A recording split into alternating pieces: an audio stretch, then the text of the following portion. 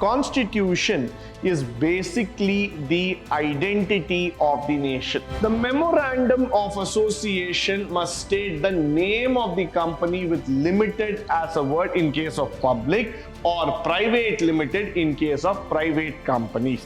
The registered office will be the official communication address of the company at any given point of time.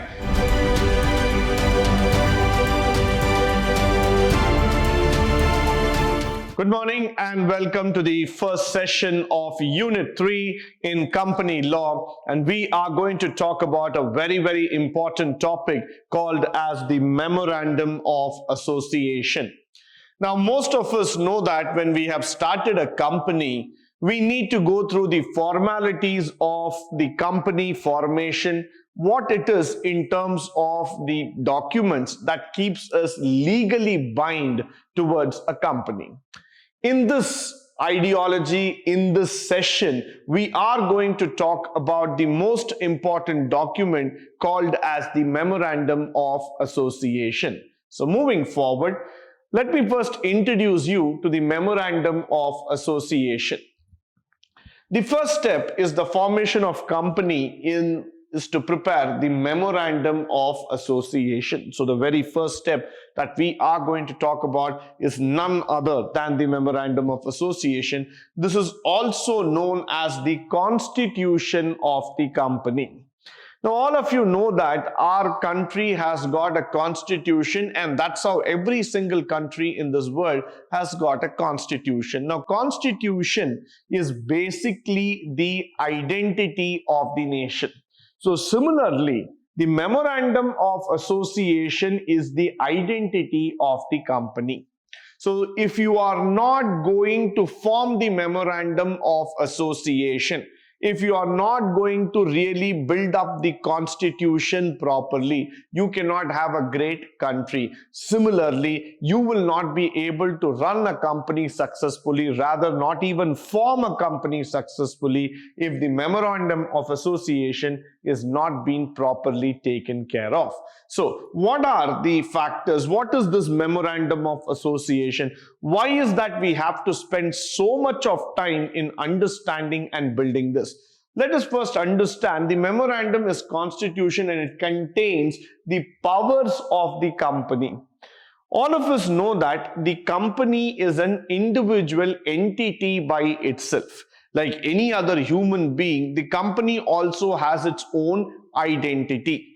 The company is a non-living identity, but still it has its own powers, it has its own rights, it has its own directions. So the Memorandum of Association will dictate the powers of the company, what the company can do, how it can do, what are the executory powers of the company is being dictated here, is being told here. So that's why Memorandum of Association becomes a very important concept.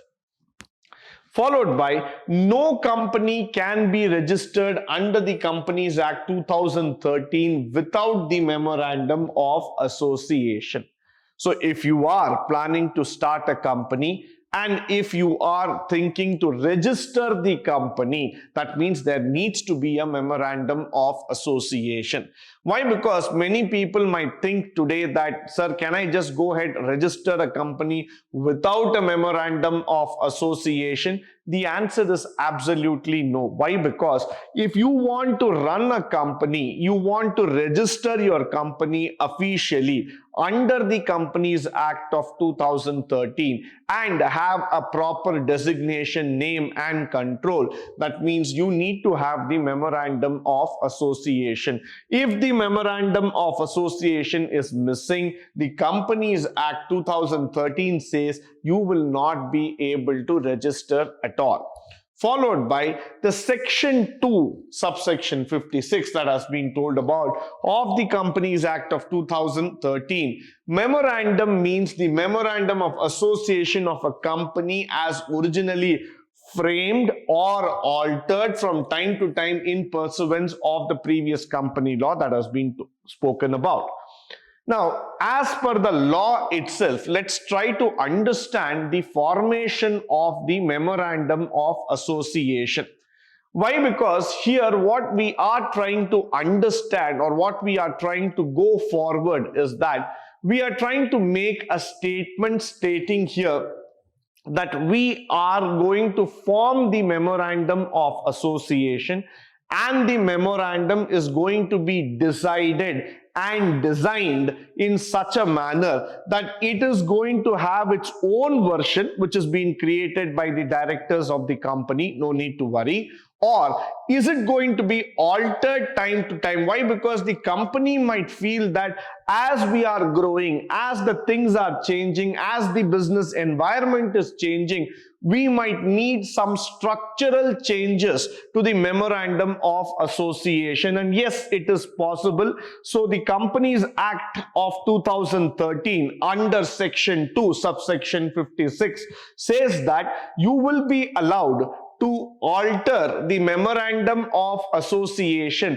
as per your need, as per your want. So that is where the flexibility comes in terms of memorandum of association, followed by the contents of the memorandum of association. Now this is a very, very important aspect that we have to see. So it starts with the name, the objects, the registered office, the liability of the company. We are going to speak about that, capital, the association or subscription. So just have a look into the memorandum of association. It's so well structured and so neatly put across by the law, so that you will be able to understand step by step as how we need to go forward in terms of building up the memorandum. So let us start with the name factor for the company.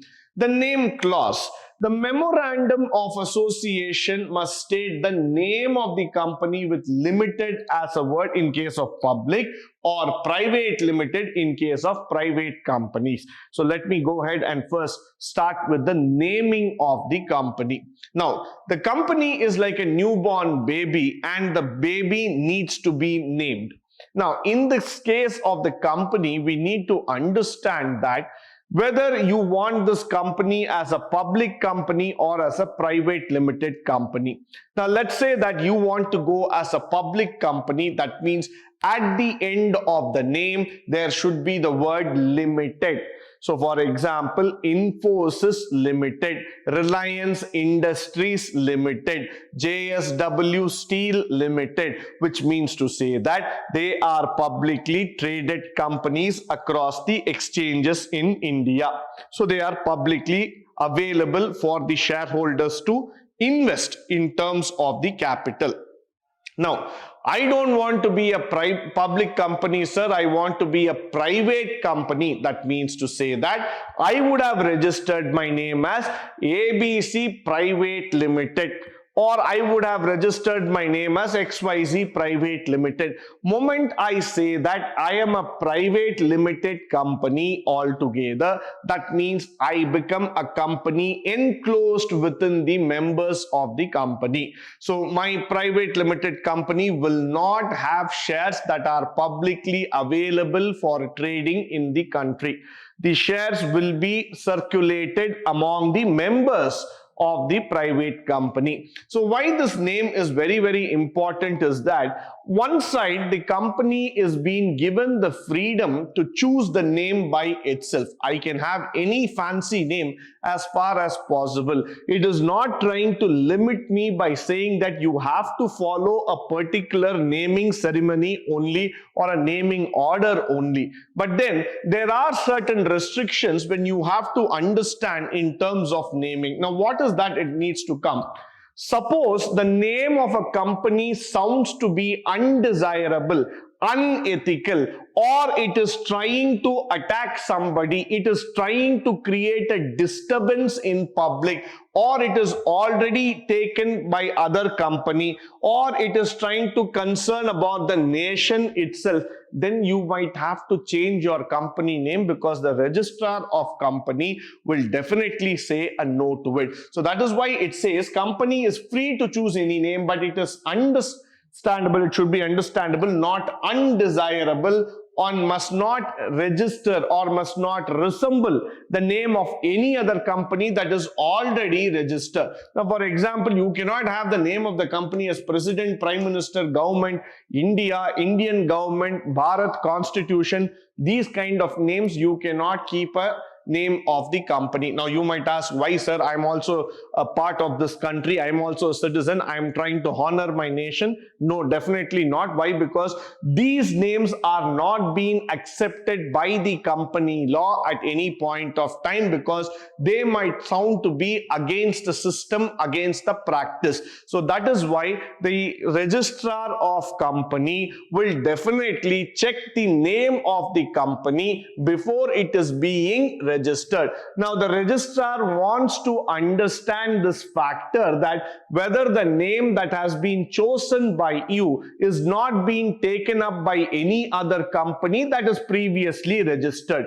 If it is being done, then the registrar will tell you to change the name because it is already taken.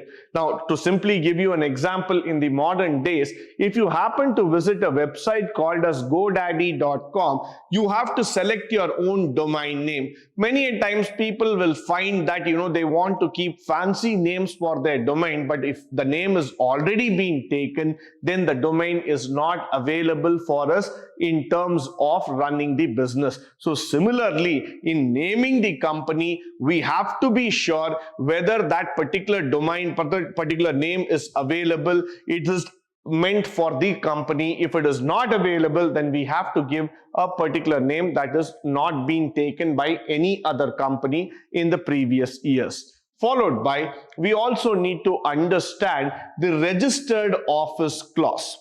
Now, I might have started the business in Bangalore, but my registered office might be in Mumbai.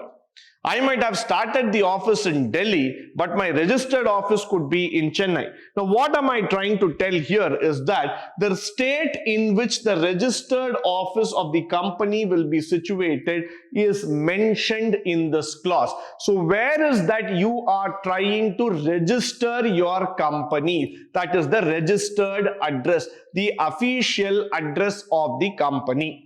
Now, for an individual, a human being like us, definitely we all of us have a identity and address, a permanent address which is being mentioned in our Aadhaar card or mentioned in our passport, ration card and other identity circles altogether. Similarly, for a company, it has to be registered in a particular place in a state, and that address would be taken as the place for official communication.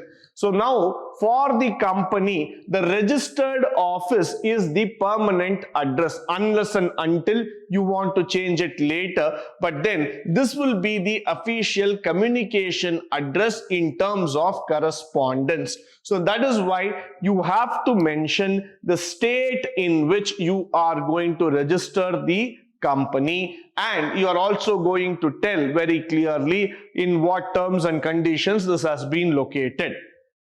Now, the registered office of the company is the official address where the statutory books and records are normally to be kept.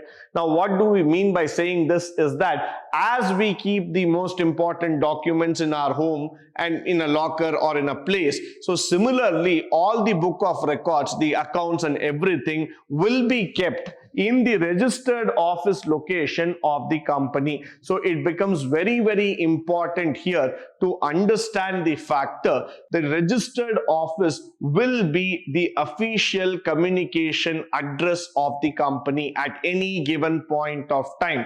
If you want to mention the name of the company, you have to give the registered office clause only.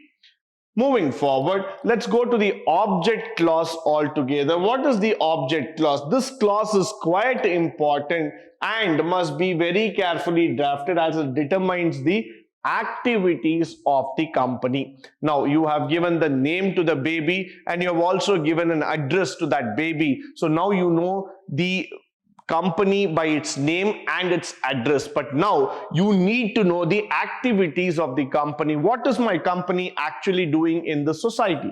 What is the nature of operations? What am I exactly doing as a business? So the object clause will be able to define it as per the section 13 subsection 1C and B, which comes into picture. What does it say is that each and every detailed activities of the business must be laid down.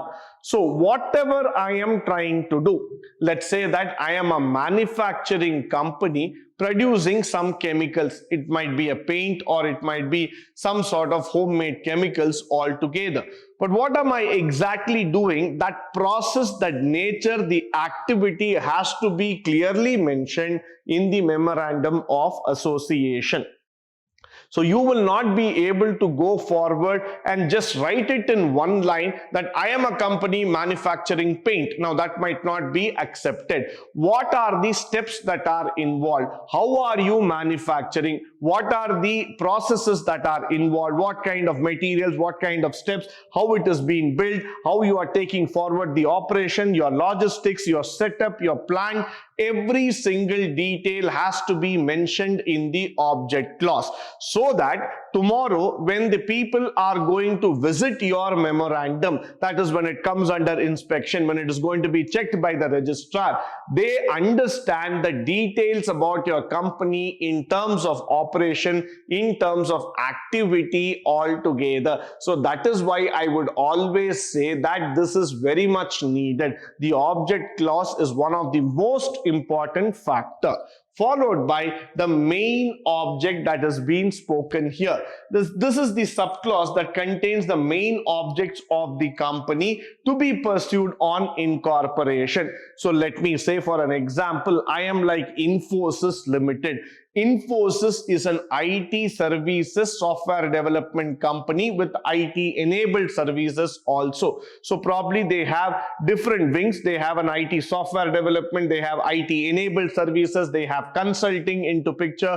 They might be also involved into some sort of outsourcing, or there might be some sort of data processing work that might go on. So when I'm going to get incorporated, I need to mention very clearly on what basis I want to get incorporated. What is the main objective of my company? Is it only services? Is it manufacturing? Is it a combination of both? Or what kind of company I want to go forward? Now, the objects incidental or ancillary in nature, which means to say that it covers all the objects which are incidental or ancillary in terms of attainment of the main object and the other objects. So this is very, very important, and this subclause will cover any objects which are not included in the main objects. Now why is this coming into picture is that there might be time, there might be factors